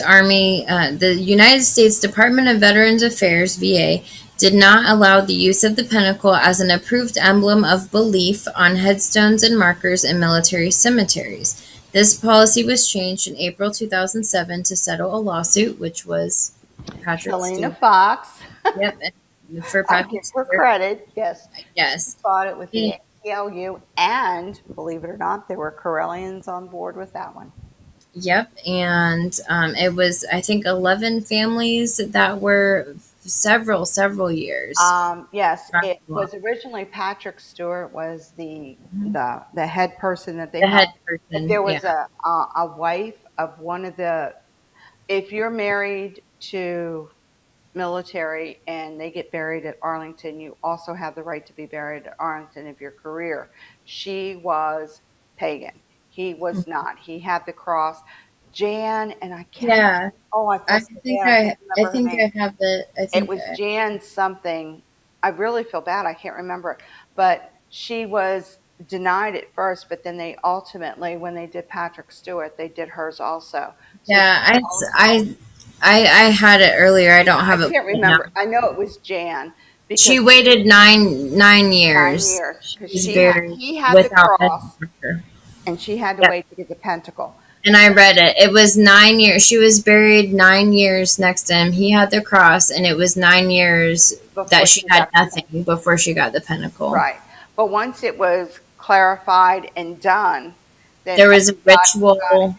Now, when you go into the military, you can say you're pagan. You will get the pentacle on your dog tags. You will get the pentacle on your grave at Arlington if you're career military. If you only serve your one tour, um, you don't get it. As far as other cemeteries are concerned, you have to look at the cemetery itself. And They're I'm not being right. smart. They're privately owned. If you're in a private cemetery that is strictly Jewish, you are not going to get a crucifix on your Right. headstone. You're not going to get a cross on your headstone because it's And all it's crazy that I read they had like the Unitarian Universalist chalice, they had 16 variations of the cross, Jewish. but up until 2007 they didn't have a pinnacle. I'm And still waiting for the damn pinnacle emoji under the religious emojis. There's yeah, still not a damn pinnacle. there's Um, no, we're working on that one. We're fighting that one. But as a parent, as an adult, and as a civic leader, you have to decide what your battles are. And this right, is my biggest crutch tonight. If it becomes a battle, if it becomes to the point where you need to say this is wrong and you need to make sure that you followed everything, just as if you were, say, Catholic in a Jewish organization or Jewish in a Catholic organization. The reason I use those two terms is because everybody understands those two terms and they understand the vast majority of people under those two terms. right. Then you need an attorney. Actually, Ellers, and I know I'm saying his name wrong. I swear I know I am. I just know it. Ellers. Um, you can go to the ACLU and they will pro bono look at you and see whether or not you have a case and whether or not they're going to take it on. That's what Selena Fox did. It was Selena Fox, Sanctuary Circle, along with the ACLU, put Yeah, in a Circle lawsuit. Sanctuary. Circle Yeah, Sanctuary. Circle. Yeah.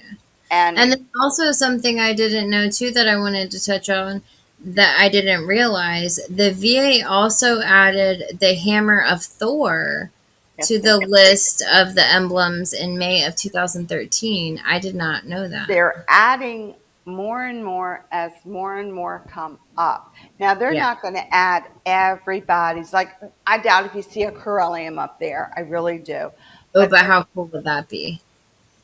that's a thought. That would, That's a thought. But you have to understand that they're going to do major symbols. The pentacle right. was the major Pantheons. They're symbol. going to do pantheons, right? Once we got the pentacle in and we got okayed, then that opened the door for many of the other symbols to come in. But you have to pick your battles. And what your battle is, you have to make sure you followed the rules and you understand the rules. Like I said, you can't be working in an all Jewish organization and say, I want all the Jewish holidays off and the Catholic holidays off. That does not work. Right. You have to, if you're going to ask, you have to give.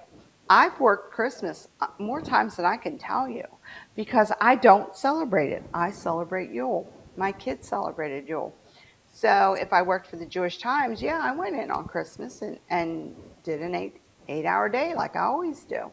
Not an option for me. We're closed. Some Sexual businesses holiday. are closed, and that's what you've got to look at Oh, too. wow. If your business is physically closed on those days, when you ask for other days off, you have to see how it's going to impact your business. If Right. you're retail, Yule is out of the question Yeah, because usually. Yule is 4 days before Christmas. It is Hmm. not going to happen. If Yeah. you're not retail and you work in the business sector, you might be able to get that day off. How important is it to you? You have to be willing to concede, okay, I'll take this day, but I'll work this day. So Right. if you want Samhain off bad enough, it's usually not around too many holidays. You can usually slide that one by. If you want Yule, you better be willing to work Christmas because that is not your holiday. So Right. you have to decide what it is you want. And I know it's a tough decision, but you need to sit down now. If this is your chosen path and you want to make this your chosen path, then you need to sit down and decide what holidays do you absolutely need off.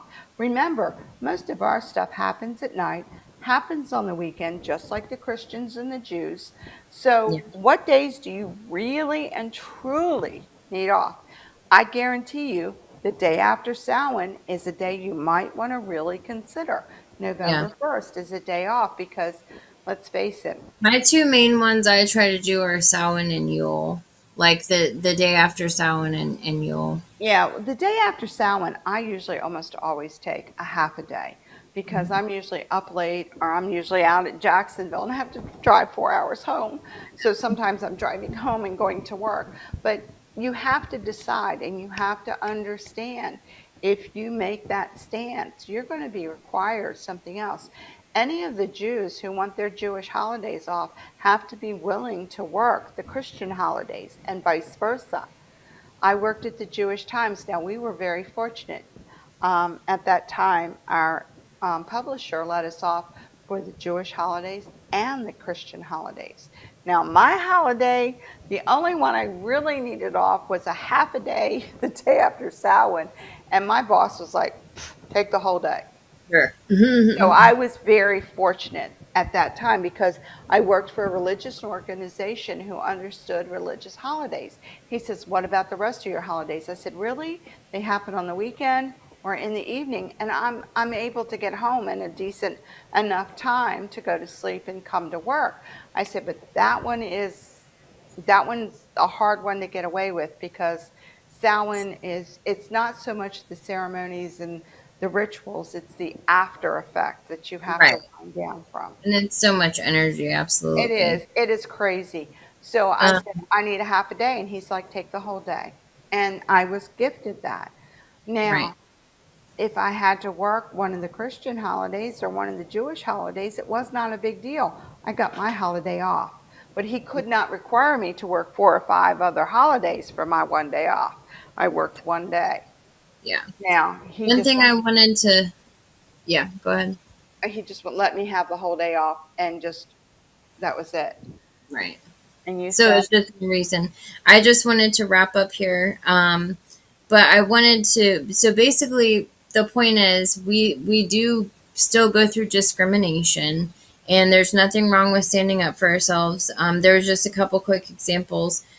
Early as 2019, Pauline Hoffman sued St. Bonaventure University, which is in Allegheny, New York, after she allegedly was forced to resign as dean due to her religion.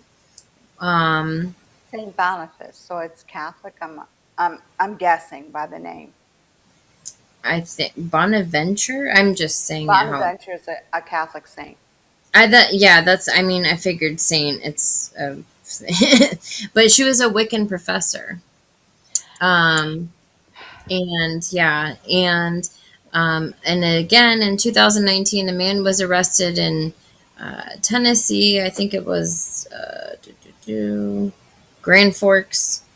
Um, oh, in 2018, I think. Um, for trying to stab a woman because she was a witch and he had to slay her. So, I mean, there's crazies. We still go through discrimination, especially being in the South. People think that we're evil, devil worshipping You baby know, I've eaters. had no discrimination in the 6 years I've lived here. Yeah, I mean, I haven't had much, but it happens I where, had more up north than I've yeah, had down here. And I don't know if it's, and I mean, I have tattoos, I wear the shirts. I mean, you it can't could also be where you live too, because you're like on the beachy sort of right. side. But I lived in Baltimore and I had a ton that I had to deal with. And it was vicious. I mean, absolutely, where people were out to get me. You have Mhm. to understand if you follow the rules and you do everything you're supposed to and you have a problem, there are recourses for that. Human resources has to respect your religion. If they don't, you go down. Don't go down with guns blazing. Go down paperwork in hand. I'm doing Yeah, the document everything. 501c3. Here it is. You know, give them the information, educate them. This is a perfect time. You might be the only pagan they've ever met. How are they going to walk away from this meeting? I've Right. always gone in a Don't, little bit. don't be a detriment to the community. Be an advocate. Yeah, don't kill us before we get there. But go Right. in, educate them, make sure you have your facts in line. The I tell you, I had someone come in who was quote unquote a Satanist. I actually have worked with them before. And he went on and on about stuff. And I said, dude, I don't know who you studied under, but you have no idea what you're talking about. Oh, you're just discriminatory. Hon, I'm not discriminatory. Did you notice the tattoo on my arm? I'm a pagan. And Right. I'm telling you, you're full of it. So you need to take a walk or you need to reevaluate your life. Don't come on with stuff you can't back up. If you're part of a 501c3, bring that paperwork in. It's very simple. If you don't have it, call the head of your organization. Say, I need something on letterhead that says I'm part of you guys. Yeah. It's And required. and it's a case by case basis because not everyone is a part of a tradition or a 501c3, and a lot of you are solitaire, eclectic. And we're talking more along the lines of like if you're having to go to court and legalities wise, The legal system fighting is anything. already set up against us. I've been Right. in custody cases. I've been called in as the minister in custody cases. I've sat on that witness stand and I've had to prove that I was a pagan minister. I mean, good grief. Yeah. But in the same token, you can't go off posing. You Right. have to be careful what you say.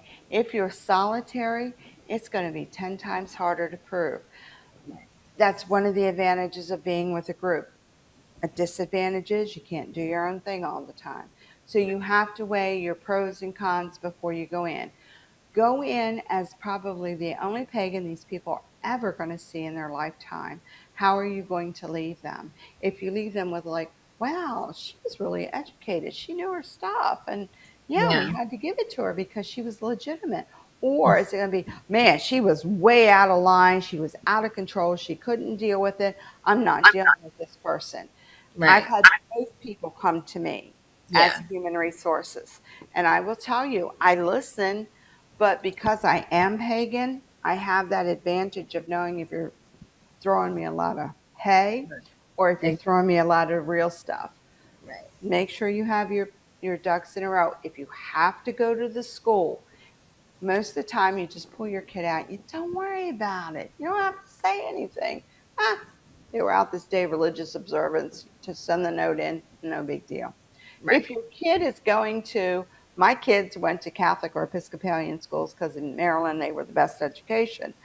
I had to be real careful when I pulled them out because I had to decide which of the holidays that I really felt like they could miss a day of school on. Like any parent, you got to weigh the situation. Don't go in with, well, I'm pagan. They're going to have off every full moon, every new moon. No, no, no, no, no. Come on, let's be real Yeah. about this. Think about it. You So have to that go in was intelligently. The biggest problem we have as pagans is for a very, very long time back in the day, pagans were the dregs of society. only the people who were outcast. They failed out of every other religion. They failed in their life. Now they're pagan. That's kind of how we were saw, because that's kind of how where a lot of us were.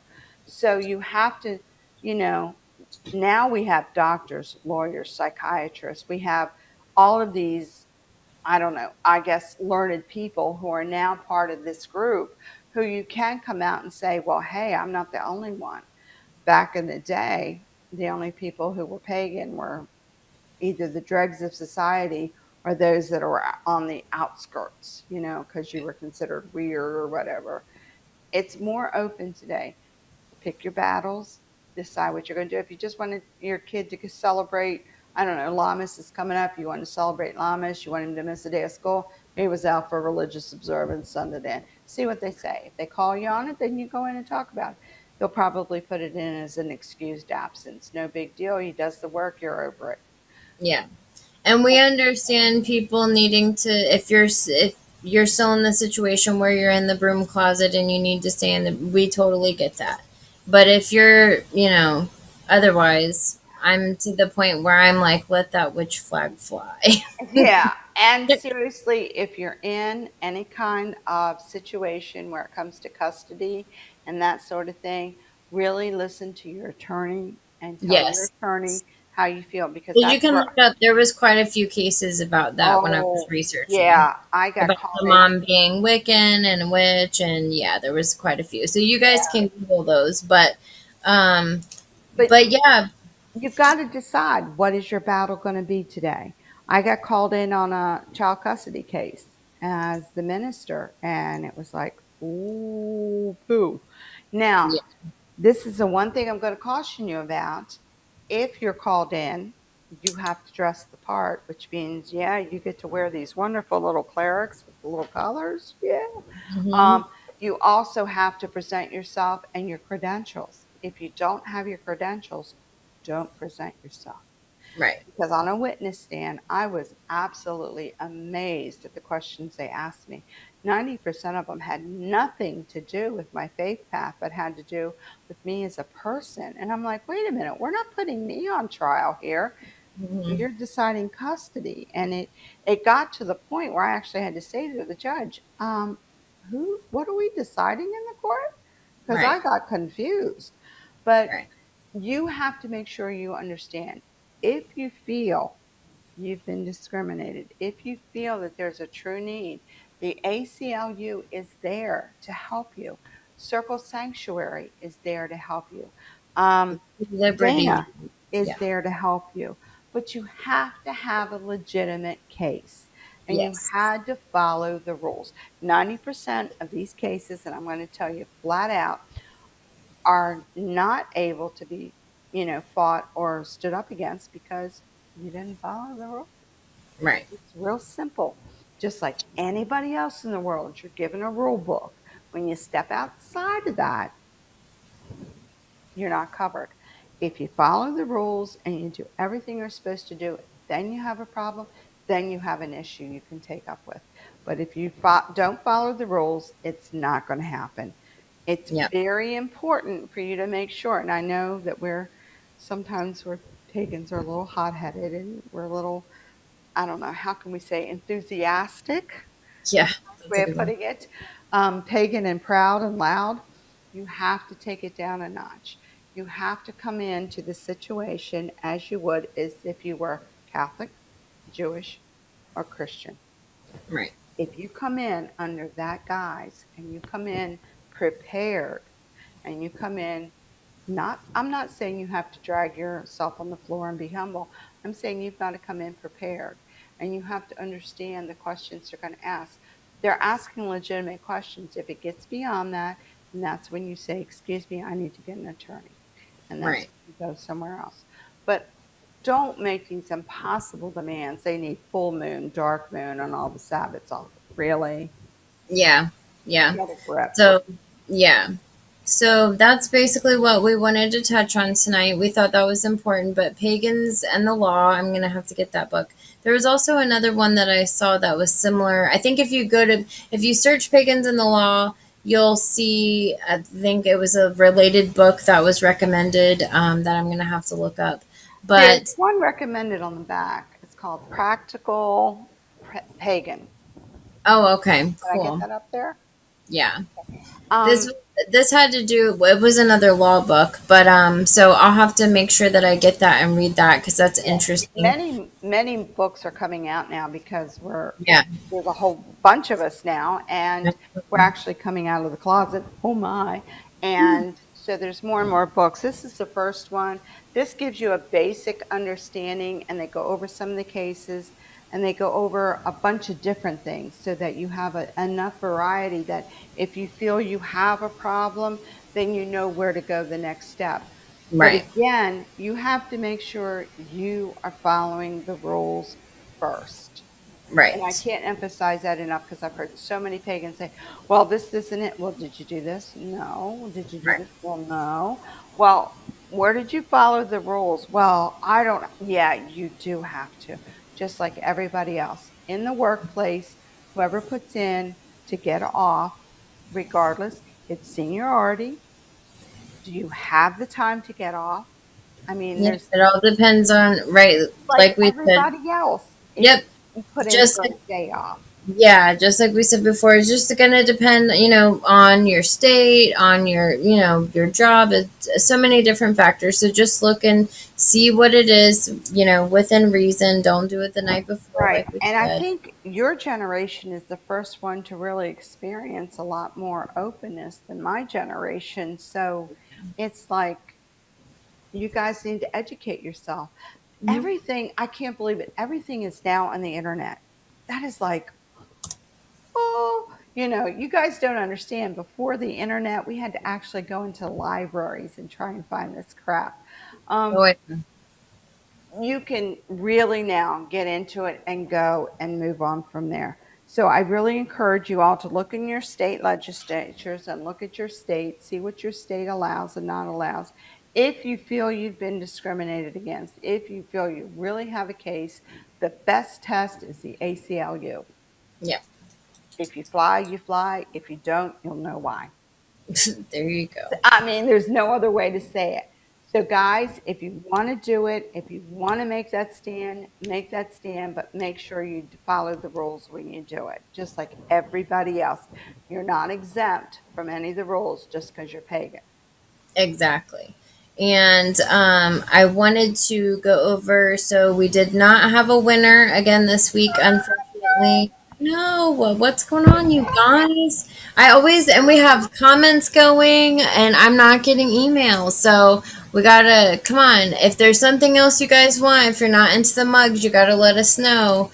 But that's what we got for now. We're trying to get those mugs out first. So, email keyword this week is going to be freedom. Freedom is the keyword of the week. Email thyme@gmail.com, THYMEMC@gmail.com. Go to our Facebook page, Tea Time with Mother and Crone, and our YouTube channel. All you have to do is like and subscribe. If we have multiple entries, we'll put you on the spinning wheel and draw randomly, and we'll announce the winner on next week's show.